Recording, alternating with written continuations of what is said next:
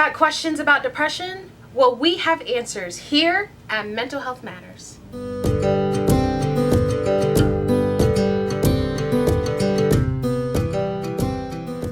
Hey friends, welcome back to Mental Health Matters, where positivity, education, and normalization is our priority.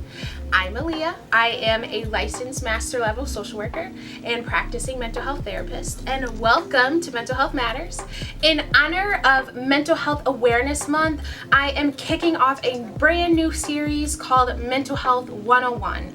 In this series, I'm going to be breaking down common mental health diagnoses, give you information about it, common symptoms, as well as how to cope with them. And so today's focus is depression. So what is depression? I feel like depression is one of those words that gets thrown around so much in society. It's overused, it's overplayed, that a lot of times people actually forget what it really is. So I'm going to explain the technical term and then put it into everyday terms for you to understand.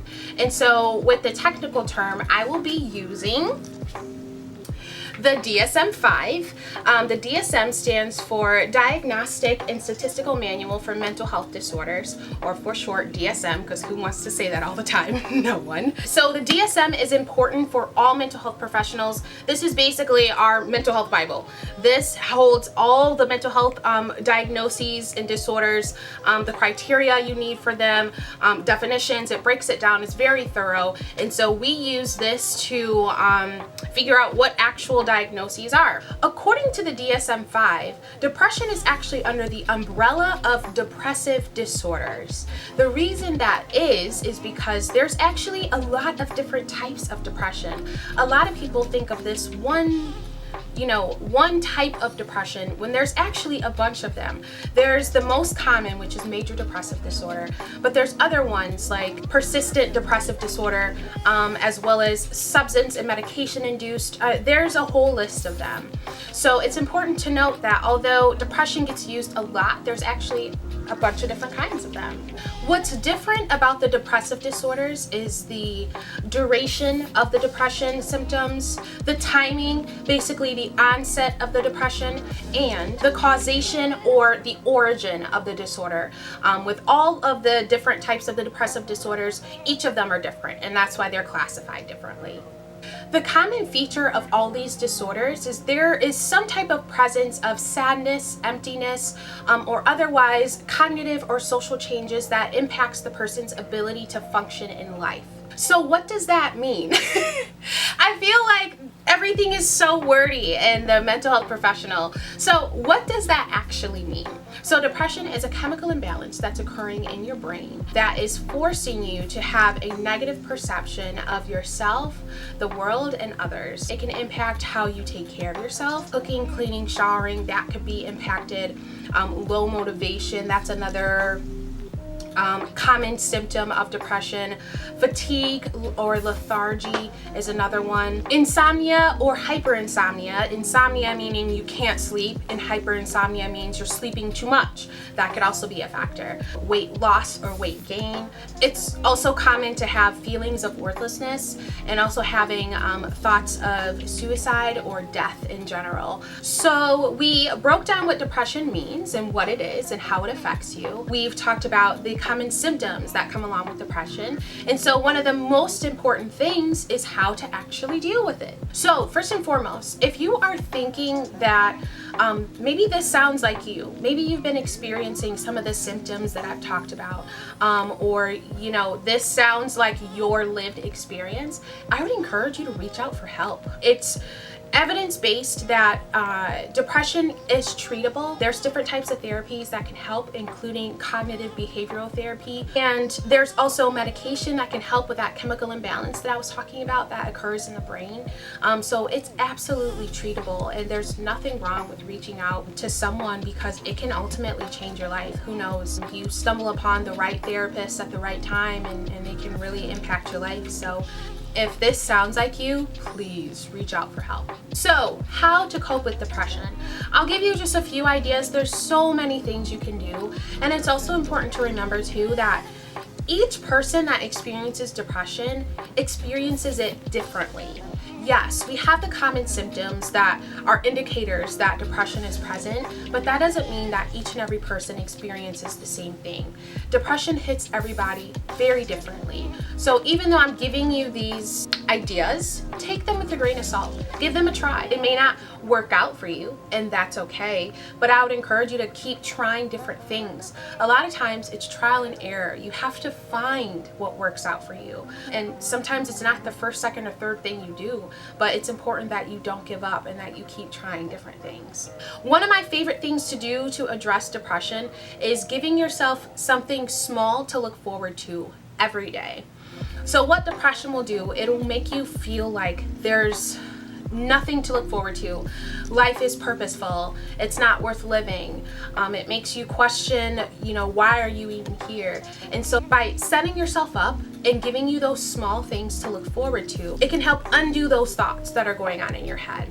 So even if it's small, like making your favorite cup of coffee in the morning, setting aside an art project specifically for when you're feeling depressed or down, doing your favorite activity or hobby, doing those things that'll give you something to look forward to can help break those negative thoughts that come along with depression. You can also create a depression box. This is a really nice skill. It's one of my favorites because this box can be whatever you want it to be. So basically what you'll do is you'll get a box, shoe box, doesn't matter what it looks like. You can make it cute and as creative as you want. And you put your favorite things in this box, whether that's your favorite book, favorite CD. Do people listen to CDs? I don't know why I said CDs. Favorite music, favorite movies, favorite pictures, like just things that will give you joy. You want to put in this box. It's important that this box that you keep, you leave it for when you're having your depressive episode. The reason you want to do that is because you don't want to take away its power. If you start using the box all the time, then it won't be as beneficial. Does that make sense? So you want to save it for your bad days. But depression boxes are one of my favorites. You can make it and tailor it and do whatever you want with it. Identifying warning signs is really important when it comes to your depression too, because everyone's triggers are different. Everyone has the onset of depression differently. So the better you understand your depression and what's happening with you, the better you'll be able to deal with it. So if, for example, for me, every time I was falling into depression, it felt like I was falling into a deep hole, then I know what that feels like when I'm falling into the hole. So before I go in there all the way, I want to use some interventions to help me before I fall all the way in. Sometimes it'll work, sometimes it won't. But it's important that you recognize those warning signs so you at least have a chance to do something about it. The last thing I would say, or that I would recommend, would be medication and therapy. What medication would do is it would fix that chemical imbalance that's in your brain. But if you solely relied on the medication, you're missing out on a huge part that could really help you manage your depression. It's actually evidence-based that medication and therapy go along really well with treating depression. So I would encourage both.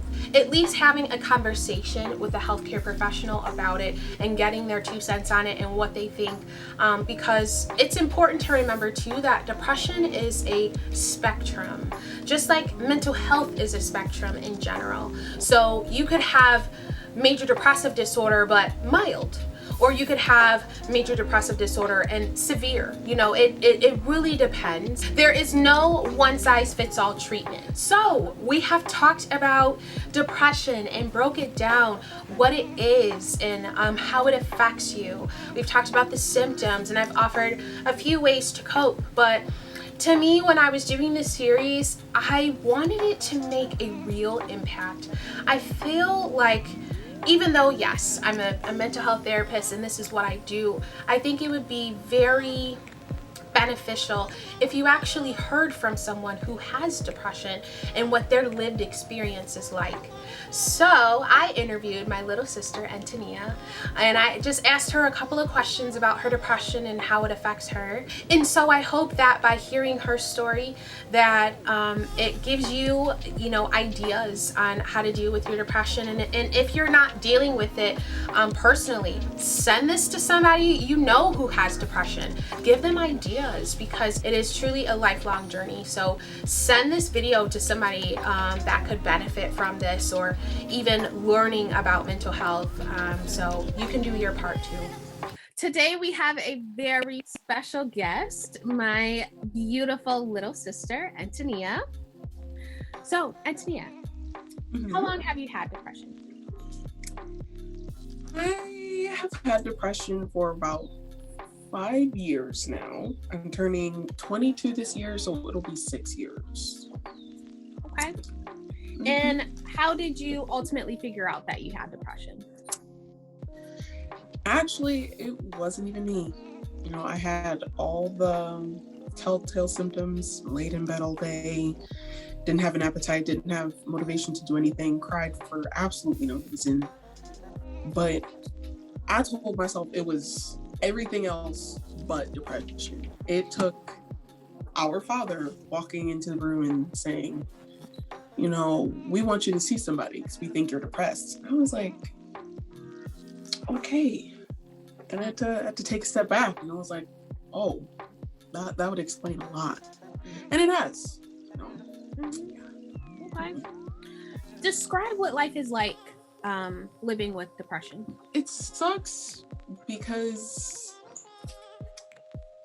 there's no easy way to describe it. Like, I used to tell one of my old therapists that it was kind of like it was like walking through just a huge field, grassy field, and sometimes out of nowhere that field becomes like mud or like sludge, and it becomes harder and harder to walk through, and then suddenly the ground is quicksand and you're sinking, and you kind of have to keep walking, but you don't know how you're supposed to when you're literally sinking. And then out of nowhere the ground will harden up and you can keep on keeping on. But those periods of quicksand and of mud it sucks because I never know when it's coming.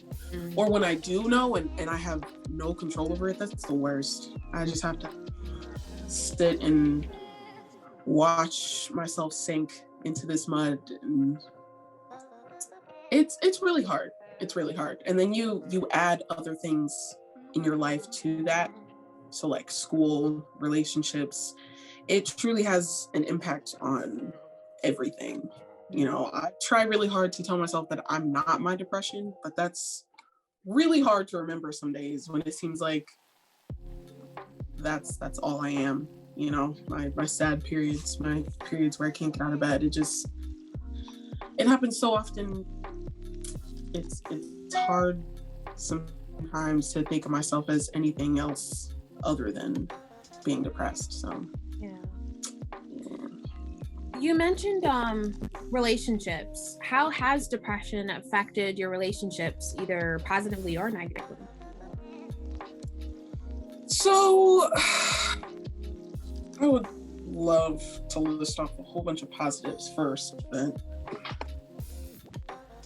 really I can only think of one positive, and it's that it's made all the relationships in my sincere.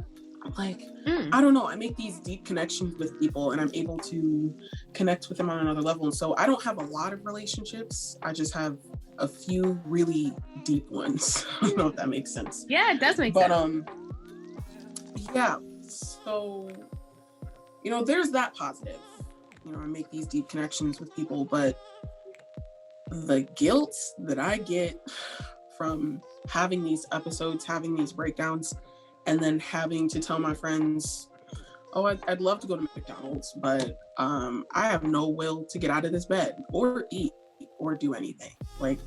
it's just the absolute worst. And sometimes, you can put on a mask and, pull on some pants and go pretend for a couple hours, but if depression is anything, it's exhausting. Nobody has the energy to do stuff like that all the time. Especially it's been a good number of years now, and I've come to the point where, like, if I don't feel like it, I'm not going to. Because I feel like me at 50% is just trash. Like, I'm not really there. It's not really me at that point. So I might as well just stay by myself. But then again, it's hard to even know if that's me or the depression talking, because depression causes so much self-isolation that, like, I like it, but I hate it. It's so weird. Mm-hmm. How do you feel like it's affected more intimate relationships? That self-isolation definitely plays a part. Sometimes I don't always feel like texting back or being on the phone or FaceTiming. Like, I have a social battery, even with my significant other. And when that battery runs out, I just have to be by myself. I just can't, I don't have the energy to keep on, It's been nice because my significant other is very understanding and patient. And so at this point, if I'm not feeling well, then, that's okay. I know it's okay between us, but there'll always be that guilt in the back of my head. And, depression just worsens that, like, takes that guilt and runs with it, and makes me think, man, he has to deal with this. He has to deal with you being okay one day and completely not the other. Like, that's exhausting. Who wants to deal with that? Communication has been key. A lot of communication, just a lot of letting the other person know, I'm having a bad day. I don't feel like doing anything. Just letting your significant other know where your head is at. Like, sorry, I forgot the word I was going to use. I was like, what? That's okay. I was going to use some word, but yeah, just communication. Okay. All right, switching gears a little bit. What do you think people should know about depression? Okay. So I'm a huge advocate on mental health. I have been for a long time, because it touches so many aspects of your life. You can't not have it in order. It's a very important thing. So what I would want people to know, first of all, I have no shame. I used to be so, like, I guess, shy about the fact that I was depressed, as if I asked for this. Right. If I need to cry on a plane, I will do so. Or in an airport, in the mall, on the way to class. Like, I just feel like emotions are meant to be felt, and so feel them, because both of it causes so much damage. So let yourself feel emotions. Don't be ashamed of anything. Nobody asked for this. This junk is not a choice. So yeah, don't. It kills me. It kills me when people are like, just get up, get out of bed. I'm like, do you hear yourself? Right. If it was that so easy, you would have did Man. So don't be ashamed of whatever you're struggling with, whether that's depression, anxiety, OCD, whatever it is. You didn't ask for this. Nobody asked for this. I would also, in terms of just depression, because that's all the expertise I have on mental illness, but I would at least know the symptoms of depression. And I would say if you're exhibiting most of that list, I would say talk to somebody. I know that's so, like, everybody is always like, reach out, but I know I didn't even do that. It took my dad being like, you need help. And I was like, shoot, you're right. And that's not how it always is. Right. But if you can at least text your best friend and be like, hey, so I've been feeling like trash for months. I think I'm depressed. That's a step. Just letting anybody know, because once you start that healing process, it only goes up from there. I feel like everything got better once I sat in that office and talked to that man, I was like, yeah, I just don't want to do anything ever, you know? It also, there's a certain comfort in being told that what you're feeling isn't abnormal, putting a label on things. Yeah. Because for such a long time, oh my goodness, especially in high school, took all those AP classes, was an honor student, had all those extra I was like, oh, I'm tired. Oh, it's because I have this, and this due. Oh, it's because, you know, school is stressing me out. But like, once those factors were removed, I got diagnosed during the summer. Man, I was doing absolutely nothing. And I was like, if it's not school, what, you know, I didn't even have a label for it because I wasn't cognizant of the depression symptoms. Basically, be knowledgeable of the symptoms, because knowledge is power. If you can at least know what to look for, then I feel like you'll save so much time, save yourself so much damage and not speaking up. And oh my goodness, I just inflicted so much damage on myself because I didn't know what was going on and didn't say absolutely anything. So, and I also know there are people, I am still not extroverted, at least in my opinion. I am very much keeping myself. I'm okay with that for the most part. And so if somebody told me back then to just speak up, I would have told them to shut up and thrown something, because that's so annoying.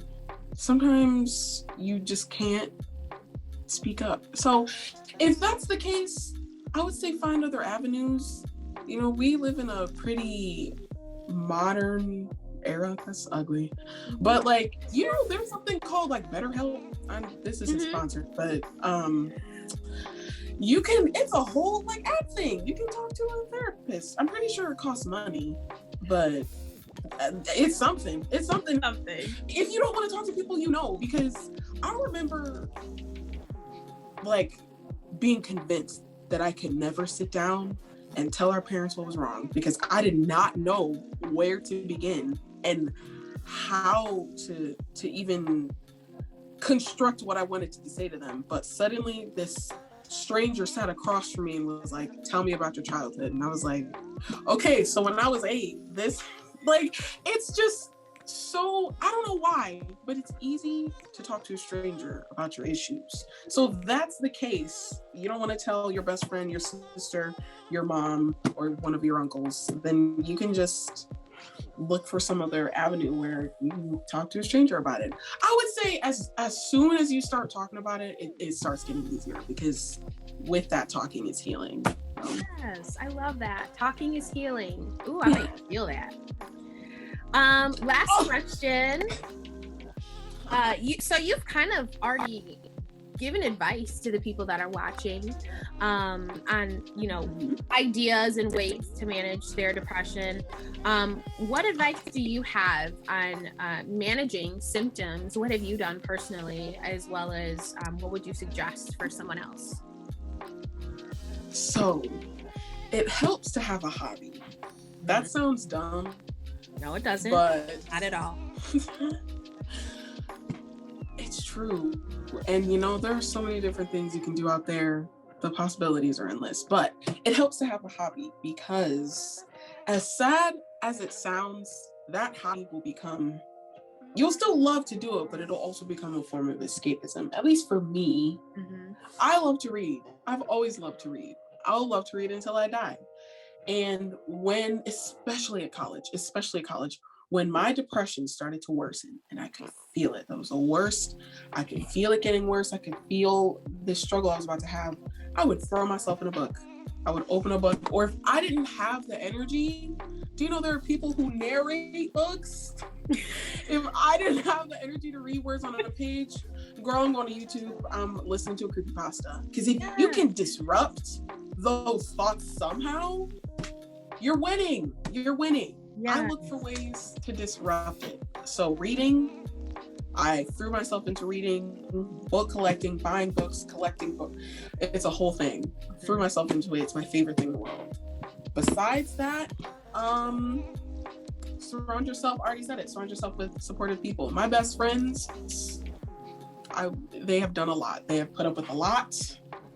I am grateful for them.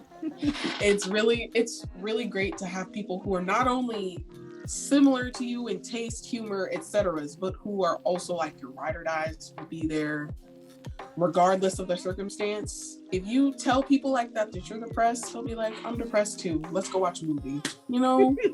So yes. Have a nice close network of people. Find a nice hobby for that escapism when you need it.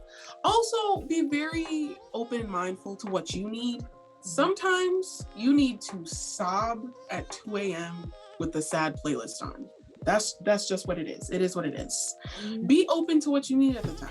If your friends are like, let's go out, and everything in you is like, I don't feel like it, then ma'am, you don't feel like it. Go lay down. Like, I feel like there were times when I would actually force myself out of bed, and I feel like it made it worse because then I'm in public crying. Clearly I wasn't okay enough to get up, and I still force myself to get up. Sometimes that's harmful. Listen to your needs. You're not lazy. You're not lazy. Yeah. Man, I'm telling myself that you are not lazy. You're mentally ill. Okay. If you need to lay down all day, just lay down. I feel like you were going to anyway. Anyway, just be perceptive to what you need. When you find something you like to do and your mental illness is acting up, it's just a great distraction tool. Like, I feel like trash. I'm gonna put on a movie on Netflix that I've seen before for white noise, and I'm gonna make something. I do that a lot. It's really relaxing. And then, doing stuff like that may even end up improving your mood. Sometimes all I needed was to cry and take a nap. And then after that nap, I'm resetting. Just to name them all. So, spend a lot of time in your hobbies. Surround yourself with positive, supportive people who love you and who don't blame you for having a mental illness. If someone ever makes you feel bad for being depressed or being anxious, they're garbage and you need new friends. You need that good supportive system. What else did I say? Be mindful of the symptoms. Get yourself a dog. Serotonin. There.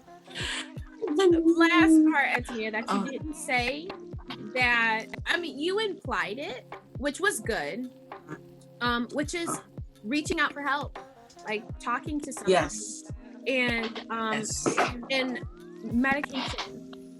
Medication, you don't have to get medication, but there's evidence behind the combination of therapy and medication and how it's very effective and beneficial for depression, as well as cognitive behavioral therapy. But I think the combination of medication, talking to someone, and creating your own tools that work for you. And Tania talked a lot about art and reading, and those are her things that helps her get through. So just finding your thing, and it may be trial and error. You may try something and it doesn't work, and you may have to try other things, but the biggest thing is just keep trying.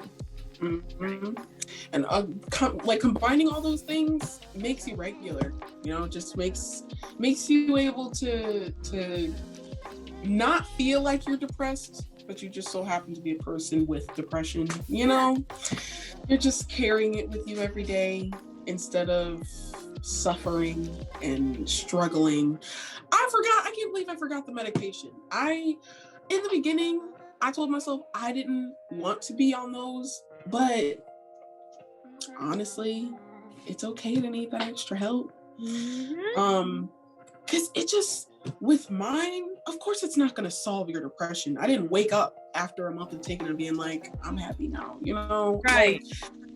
Like, it has a way of keeping you regular, so that you can, while you're talking through your problems with your therapist or whoever it is, on the inside, your chemical imbalances is being perfected as well. So you get this combined therapeutic effect, and you can work through whatever it is. It's the source of your mental illness, and learn to cope, etc. Couldn't have said it better myself. Well, thank you so much, baby sis, for tuning in. I think that having them hear real experience, I can talk about the science behind it. I can put my therapy hat on and therapy you to death, but I think it's a whole different effect hearing it from somebody who actually has it. So thank you for being willing to be open and honest and share your experience. Of course, anytime. I have nothing to be ashamed of. Period. And with that, we are done. I hope you enjoyed this video and that you took something out of it and that you learned something.